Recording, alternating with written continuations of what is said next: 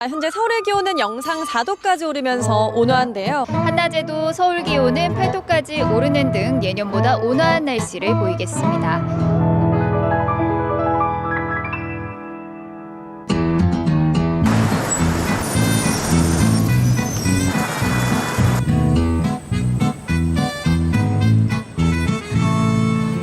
세종시 세종동 금빛 노을교에서 연쇄 추돌하는 사고가 났습니다. 나오자마자 이제 안개가 시작됐고요. 시야가 딱 나타나는 순간 이제 차가 서 있는 게 보이니까 그때 브레이크를 잡았는데도 그냥 계속 쭉 미끄러지더라고요.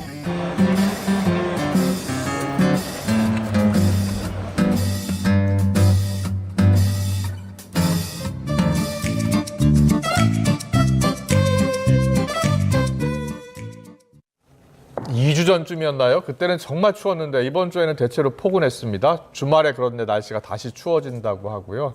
지난달 보니까 역대 12월 가운데 기온 변동폭이 가장 컸다고 합니다. 날씨 예보 확인해 보겠습니다. 예, 그리고 일본 서부에서 발생한 지진으로 수백 명의 사상자가 발생했는데요. 큰 지각 변동이 관측되면서 주요 도시가 서쪽으로 1m 정도 움직인 걸로 파악됐습니다.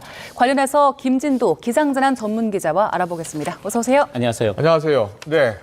아니 몇 주 전에 엄청 추웠었잖아요. 그런데 최근에 좀 포근해요. 그런데 내일 다시 추워진다고요? 그때는 북극 한기가 내려왔습니다. 예. 그래서 서울 아침 기온 같은 경우 영하 15도 안팎까지 떨어졌죠. 그러니까 그렇죠. 이번 겨울 들어서 가장 추운 극한 한파라는 이야기까지 나올 정도였는데 예. 다시 기온이 오르기 시작한 뒤에는 별다른 추위가 없었습니다. 그러니까 사만사온이라는 예전 겨울날 용어는 이제 사라진 지가 오래됐고요. 예. 대부분이 뭐 구한 11온, 칠한 7온 뭐 이런 식으로 완벽하게 겨울 날씨가 달라졌습니다. 예. 그게 북극 한파의 영향이었습니다. 알겠습니다. 오늘도 굉장히 포근했죠. 아침 기온이 영상이었습니다. 영상 2.7도, 낮 기온은 무려 영상 8도까지 오릅니다. 초봄 기온입니다. 그런데 내일 토요일이 절기상 1년 중 가장 춥다는 소환입니다. 예. 네. 내일 아침에는 기온이 영하 4도, 오늘보다 7도가량 떨어지죠. 낮 기온도 4도 정도 떨어집니다. 그리고 일요일에는 아침 기온과 낮 기온 모두 영하권에 머물고요. 다음 주 월요일 첫 출근길에는 서울 아침 기온이 영하 10도까지 떨어집니다. 그러니까 1월 들어서 가장 추운 날씨가 일요일과 월요일 사이에 찾아온다고 보시면 됩니다. 네. 다시 추워지는 날씨고요. 화요일에는 기온이 조금 오르지만 이렇게 추워졌다가 기온이 오르면 어떤 현상이 나타납니까? 눈이 내립니다. 서울에도 내륙에도 눈이 내릴 수 있다는 점은 꼭 염두에 두시고 주말 계획 세우시기 바랍니다. 네, 내일이 절기상 소환이잖아요. 네. 소환이 겨울 중에 가장 추운 날씨인데 이번엔 그렇게 춥지는 않는 것 같네요. 소환 추위에 대한 속담들이 여러 가지가 있습니다. 뭐 대안이 소환 집에 놀러 왔다 얼어 죽는다라는 예, 예. 이야기도 있고요. 또 소환에 얼었던 얼음이 대안 때 녹는다라는 이야기도 있을 정도로 소환 추위가 대안 추위보다 훨씬 강했던 게 사실입니다. 왜냐하면 소환은 1월 초에 있고요. 대한은 2월 초에 있습니다. 1월이 1년 중 가장 추운 시기였기 때문에 그런 속담들이 나왔던 거죠. 근데 보시면 아시다시피 기온 자체가 그렇게 떨어지진 않았습니다. 예. 이게 온난화의 영향, 그리고 북극 한파의 영향이 겹치기 때문인데 소환이 예년보단 덜 추워지고 대안이 오히려 예년보단 조금 추워지는 추세로 바뀌고 있는 게 2000년도 이후의 날씨입니다. 그렇군요. 2000년도 이후의 날씨를 한번 소환과 대안의 기온을 살펴봤거든요. 예, 예. 2000년부터 2023년까지 기온을 쭉 분석을 해보니까 소환 때 전국 평균 기온이 영하권인 날이 13일이었습니다. 그런데 대안은 전국 평균 기온이 영하권으로 떨어진 게 10일이었습니다. 예, 예. 소환이 여전히 더 춥긴 하지만 그 격차가 상당히 줄어들고 있다. 그러니까 소환 추위도 예년보다는 좀 덜하고 대안 추위가 북극 한파가 내려오는 동안에는 2월에도 추울 수 있다. 이런 걸 여실히 보여주는 과거와 완전히 달라진 겨울 날씨를 최근의 날씨들이 지시하고 있습니다. 네. 기상청은 1월 중순 이후 1월 말을 어떻게 예보하고 있어요? 1월 중순 이후 1월 말 같은 경우에는 현재까지는 예. 큰 추위 없습니다. 그러니까 이렇게 한 차례 영하 10도의 한파가 지나간 뒤로는 그렇게까지 추워지는 않는다. 아, 그래요? 그 아침 기온은 예. 영하권, 낮 기온은 영상권으로 오르내리는 예년의 겨울보다 조금 더 포근한 날씨가 이어질 것으로 보고 있고 북극 한파가 또 한 차례 내려올 가능성은 조금 낮은 것으로 예보를 하고 있습니다. 알겠습니다. 네, 저희 자리를 좀 이동해서 네. 예. 얘기를 이어가 보죠. 이제 겨울이 2달 정도 남았잖아요. 네, 네. 앞으로 겨울 날씨는 어떻게 예측되고 있습니까? 그러니까 겨울 날씨를 예측할 수 있는 게 기상청이 발표하는 3개월 예보를 기반으로 1개월마다 또 예보를 냅니다. 그래서 기상청이 마침 1개월 예보를 냈습니다. 보시죠. 이게 어떤 내용이냐면요. 평년 기온입니다. 이게 평균 기온입니다. 평년보다 낮을 확률, 평년과 비슷할 확률, 평년보다 높은 확률을 보여주는 겁니다. 그럼 보시면 자, 1월 15일부터 2월 14일까지입니다. 네.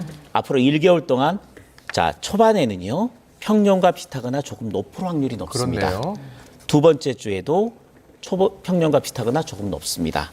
세 번째는 평년과 비슷하고요. 네 번째는 평년보다 높습니다. 그러니까 앞으로 2월 14일 정도까지는 예년과 비슷하거나 조금 높은 기온, 그러니까 극한 한파는 없다라는 걸 지시를 하고 있습니다. 1개월 예보 내용대로 날씨가 된다면 영하 10도 이후, 그러니까 소환 때 찾아온 그 한파 이후에는 영하 10도까지 서울 기온이 떨어지는 아주 강력한 한파는 없을 가능성이 더 높다. 오히려 예년과 비슷한 추위거나 조금 더 포근한 겨울 날씨가 2월 상순까지는 이어지겠다라는 게 기상청의 1개월 예보입니다. 알겠습니다.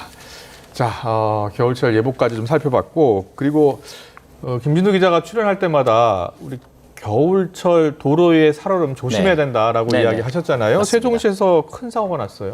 보통 도로 살얼음이라는 거는 비가 내리거나 눈이 내렸다가 낮 동안 영상으로 기온이 오르면 녹았다가 네. 밤에 다시 얼면서 나타나는 현상입니다. 잘 보이지가 않습니다. 도로가 검었기 때문에 검은색이 가려져서 잘 보이지가 않는데 얼음이죠. 그러니까 도로 위에 얼음이 생긴 그러니까요. 거죠. 예. 그런데 눈에 잘 보이지 않기 때문에 평소대로 속도를 높여 지나거나 또는 급제동을 했을 경우 미끄러지면서 사고가 발생합니다. 그런데 세종시에서 나타난 사고는 비와 눈이 아니었습니다. 안개였습니다. 짙은 안개가 끼면 안개도 물방울입니다. 그런 물방울들이 도로에 맺히게 되고요. 그렇군요. 그러면서 기온이 영하권으로 떨어지면 살얼음으로 변하게 되는 거죠. 비나 눈이 안 왔기 때문에 방심을 하고 지나다가 안개가 낀 상황에서 급제동을 밟았을 때 똑같이 살얼음이 꼈기 때문에 미끄러지는 현상이 아침에 나타나는 보통 겁니다. 이슬 가끔 맺히잖아요. 그렇습니다. 그러니까 비나 눈이 아니라 예. 아침에 짙은 안개가 낀 지역을 지나가고 기온이 영하권일 때는 도로 살얼음을 명백하게 굉장히 중요하게 생각하고 주의를 기울여야 합니다. 네, 알겠습니다. 겨울에는 일단 아침에 차를 가지고 나가신다면 무조건 조심하셔야 되는 비, 눈 거네요. 조심하셔야 되고 예. 방금 말씀드렸듯이 안개 낀 날 안개까지. 주의하셔야 되겠고요. 이런 날에는 우선은 안전거리는 평소의 2배, 네. 그리고 속도는 절반으로 줄여서 운전하시는 게 가장 좋고요. 급제동 또는 급회전은 삼가하시는 게 도로의 살얼음으로 인한 사고를 예방할 수 있는 길입니다. 치사율도 더 높더라고요. 그렇습니다. 보통 일반적인 도로 사고로 인한 그 사망자를 보면 100건의 사고가 났을 때 보통 1.5명의 사망자가 발생합니다. 그런데 이렇게 살얼음으로 인한 빙판길 사고로 인한 사고는 100명당 2.3명의 사망자가 발생합니다. 그만큼 아까 말씀드렸듯이 한번 미끄러지면 자기가 차를 제어할 수가 없습니다. 그러니까 속도도 못 줄이면서 부딪히기 때문에 사망 확률이 평소보다도 일반적인 사고보다도 훨씬 높아지는 게 빙판길 사고, 특히 도로의 살얼음 사고가 되겠습니다. 네, 자 겨울철 도로의 살얼음 사고 위험이 높은데요. 어떤 점을 주의해야 할지, 어떻게 운전하는 게 좋을지 전문가 이야기 듣고 이야기 더 나눠보겠습니다. 급제동을 하면 안 됩니다. 급핸들 조작을 하면 안 됩니다. 그런데 만약 차가 미끄러진다 그러면 브레이크를 나눠 밟는 것이 좋아요. 그리고 급격한 핸들 조작을 하는데 미끄러지는 반대 방향으로 핸들 조작을 하거든요, 본능적으로. 그런데 그건 안 돼요. 미끄러지는 반대 방향이 아니라 그대로 그 방향으로 핸들을 두고 브레이크를 나눠 밟는 것이 그래도 가장 좀 제어하기가 쉽고. 일단 뭐 속도를 줄이는 게 가장 중요한 것 같고요. 그게 가장 중요합니다. 예, 뭔가 좀 도로가 얼었다라는 느낌이 오면 어떻게 운전해야 됩니까? 우선은 아까 말씀드렸듯이 안전거리는 앞차와의 안전거리는 확보를 2배, 해야 되고, 그리고 속도는 절반으로 줄여야 합니다. 정말 줄이고 브레이크를 어떻게 밟으라고요? 브레이크는 만일에 제동하게 될 경우도 깊게 밟는 게 아니고요. 나눠서 나누어서 밟아주는 밟는다. 그러니까 나눠서 밟아주는 게 가장 중요한 도로의 살얼음으로 인한 미끄럼 사고를 막는 방법입니다. 네. 그리고 도로 위 살얼음이 특히 더 잘 어는 더 위험한 지역들도 있나요? 그렇습니다. 일반적인 도로보다도 이 도로의 살얼음이 방심할 수 있는 굉장히 중요한 그 상황이 뭐냐면요. 터널 진입로 출입로입니다. 그러니까 터널 내부에는 기본적으로 눈이나 얼음이 올 조건이 안 되거든요. 네. 근데 터널에 들어가기 전에는 얼음이 올 가능성이 높고요. 특히 터널 지나간 뒤에 나가는 경우에 출입구 쪽에가 굉장히 위험한 상황입니다. 그렇군요. 그리고 예. 교량 위, 그러니까 다리 위가 굉장히 또 위험한 상황이고요. 네. 그리고 마지막으로는 주변에 호수나 강이 있는 지점에서는 굉장히 주의를 해야 됩니다. 네. 습기가 높아지기 때문에 살얼음이 비나 눈이 오지 않더라도 만들어질 가능성이 굉장히 높습니다. 알겠습니다. 그 일본 지진 이야기 좀 해보겠습니다. 네. 일본 이시카와현 지금 지진이 발생했고요. 많은 희생자가 발생을 했어요. 그런데 이게 서쪽에서 났잖아요. 그렇습니다. 일본 그 반도 보면 일본 지도를 보면 서부에서 발생했는데 보통 동부에서 많이 나는 것으로 우리가 이해하고 있는데 네. 서부에서 발생했어요? 서부에서도 지진이 많이 발생하긴 합니다. 아, 그래요? 근데 말씀하셨듯이 빈도가 동쪽보다는 적다는 거고요. 네. 동쪽보다 강도는 강하지 않다라는 이야기입니다. 예. 보시면 제가 그래픽을 좀 준비했는데 저 위치가 보시죠.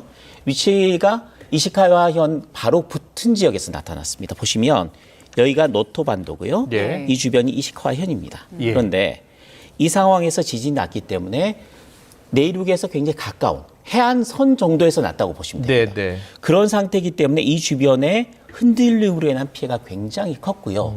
지진 해일보다도 지진의 충격으로 인한 피해가 훨씬 컸습니다. 예. 근데 보시면 아시다시피 이 주변은 대부분 여러 4개 정도의 판이 겹쳐 있는 지역입니다. 일본 지역은 기본적으로 규모 9.0의 지진이 난 지역 같은 경우는 태평양판과 오츠코의 판이 부딪히는 경계 부분에서 났고요. 예. 또 대부분의 도쿄나 규슈 쪽에서 나는 지진 같은 경우도 판과 판의 경계입니다. 그런데 이번에 난 지역도 보시면 유라시아 판과 오츠케 판의 경계 부위에서 에너지가 계속 쌓이면서 이렇게 규모 7.6이라는 강진이 났고 특히 해안가에서 가까운 지역에서 나면서 시설물 피해가 굉장히 컸고요. 예. 해일 피해보다는 진동으로 인한 피해가 훨씬 컸던 게 이번 이시카와현 지진입니다. 네, 이 같은 지역에 83년도에도 큰 지진이 났었더라고요. 83년도에도 지진이 났고요. 네. 10년 뒤 93년도에도 지진이 났습니다. 83년도의 지진은 규모가 7.7, 그리고 93년도의 지진은 규모가 7.8이었습니다. 예. 규모 7.8의 지진이 났던 상황을 제가 그래픽을 하나 준비를 했는데 네. 잠깐 보실까요? 이게 규모 7.8의 지진이 일어났을 때 어떤 식으로 이 주변에서 지진 해일이 발생했는지를 보여주는 겁니다. 지진 해일이 지금 이렇게 확산이 되고 있는 상태입니다. 그렇네요. 우리나라 동해안 쪽에 속초에서 이때는 높이가 276cm, 그러니까 2m 76cm에 3m에 육박하는 해일이 일어서 피해가 컸습니다. 아, 그런 적이 사망자도 있었군요. 발생했습니다. 예. 그러니까 이번에는 규모 7.6이었죠. 네. 이때는 7.8입니다. 예. 0.2 차이잖아요. 네. 0.2 차이는 에너지가 2배입니다. 그러니까 그렇군요. 예. 1993년도에는 2배 정도, 이번에 일어난 지진은 2배 정도의 에너지로 지진이 일어났고 예. 그 여파로 굉장히 강력한 해일이 우리나라 동해안에 몰려들면서 3m 가까운 지진 해일로 인해서 동해안에 피해가 속출했다. 예. 이렇게 보시면 되고요. 그렇군요. 이번에 7.6인데 해안가가 약간 해양 쪽이 아니라 해안가에 바짝 붙어서 발생을 했고 네네. 규모는 7.6이었다. 93년도 지진에 비해서는 0.2가 작았기 때문에 절반 정도 에너지가 줄었고 예. 그래서 우리나라에서 관측된 게 85cm의 지진 해일이 관측이 된 겁니다. 그렇군요. 7.6과 7.8의 에너지 차이가 2배라니까. 0.2 예. 날 때마다 2배씩 늘어납니다. 알겠습니다. 그런데 그 일본 그 당국 발표 보니까 네. 도시가 서쪽으로 좀 이동을 했대요. 해안가 쪽에서 발생을 했고요. 해안가 아까 말씀드렸듯이 쪽으로요? 예. 해안가에서 거의 붙은 상태에서 발생을 했고 네. 이 상태에서 규모 7.6의 굉장히 강력한 지진 때문에 약간 움직였다라고 보는 거고요. 아, 움직였다. 과거에 가장 중요한 게 규모 9.0의 동일본 대지진, 역사상 가장 강한 예. 지진입니다. 내륙이 아니라 해양에서 발생했죠. 해저에서 발생했죠. 예. 이때는 일본 전체가 우리나라 쪽으로 2cm 정도가 움직였습니다. 그랬군요. 이렇게 예. 큰 지각이 2cm로 움직였다라는 거는 2cm가 작아 보이지만 예. 우리나라에는 굉장히 강한 에너지를 줬고요. 네. 2011년도에 동일본 대지진이 일어났거든요. 예. 그 이후에 우리나라에도 갑자기 강한 에너지가 가해지고 그 전에 축적된 에너지들이 더해지면서 2016년에 경주 지진으로 5.8 그리고 2017년에 5.4의 포항 지진이 일어났습니다. 그러니까 우리나라도 동일본 대지진의 여파로 인해서 우리나라에도 2차례 큰 지진이 일어났다. 이렇게 보시면 됩니다. 그렇군요. 예. 여러 가지 분석이 있더라고요. 이번 지진이 본진이 아니라 네. 어떤 더 큰 지진의 전조다. 아니다. 이게 본진이고 뒤에 여진이 계속 이어질 것이다. 이런 분석도 있던데 어떻습니까? 2019년, 아까 말씀드린 1993년도에 7.8의 지진이 있었습니다. 예. 그 뒤로는 이 지역에도 지진이 나긴 했지만 규모 7 이상의 지진이 발생하진 않았습니다. 네, 그런데 한 2018년 정도부터 해서 그 지역에 규모 6 정도, 5가 넘는 지진이 자주 발생했거든요. 예. 그래서 일본 연구진들이 분석을 했습니다. 그랬더니 이 지역에서 곧 규모 7 이상의 강진이 발생할 확률이 높다라고 발표를 했고요. 예. 그게 실제로 4년 뒤에서 5년 뒤에 이렇게 발생을 한 겁니다. 규모 7.6이었죠. 이 지역은 일본 동쪽보다는 에너지가 그래도 많이 쌓이긴 합니다만은 동쪽보다는 에너지가 더 많이 쌓이는 지역은 아닙니다. 예, 따라서 규모 7.6이라면 본진으로 충분하고요. 이렇게 또 에너지가 풀렸기 때문에 당분간은 규모 7 넘는 지진이 발생하기는 상당히 확률은 좀 낮아질 겁니다. 그렇군요. 그러니까 예. 이게 본진이 아니라 전진이다라고 하는 거는 조금 넌센스고 좀 더 예. 상황을 지켜봐야 되지만 확률은 좀 낮다라고 말씀드릴 수 그렇군요. 있습니다. 마지막으로요. 자, 일단 그리고 강력한 지진이었고요. 네. 그 지진의 여파로 혹시 우리나라 지각에도 좀 영향을 미치는 것 아니냐. 그렇게 우려하는 분도 있는데 어때요? 이쪽 지각과 우리나라의 지각은 완전히 별개의 지각입니다. 아, 그래요? 그러니까 예. 동일본 대지진이 너무 컸고 지각 자체가 움직이면서 우리나라 지각에도 영향을 준 거였지만 예. 7.6의 강진은 물론 강한 지진은 하지만 그 정도의 지진으로 우리나라의 지각에까지 영향을 줄 정도는 아닙니다. 네. 그러니까 이번 규모 7.6의 지진으로 우리나라에 또 다른 지진이 발생할 확률이 높아졌다. 이건 좀 그렇고요. 네. 동일본 대지진의 여파로 우리나라에 계속해서 에너지가 축적이 됐기 때문에 경주 지진, 포항 지진에 이어서 다른 내륙, 이전에 지진이 발생하지 않았던 수도권을 포함한 내륙에도 또 다른 규모 5가 넘는 지진이 일어날 확률이 점점 더 높아졌다라고 보시면 되고 네. 다른 지역에도 내진 설계 그리고 지진에 대한 대비를 서둘러야 합니다. 네, 알겠습니다. 잘 들었습니다. 내일 소환 깜짝 강추위, 월요일 영하 10도까지 떨어질 수 있다 예보 들어봤고요. 김두두 기자와 함께했습니다. 잘 들었습니다. 고맙습니다.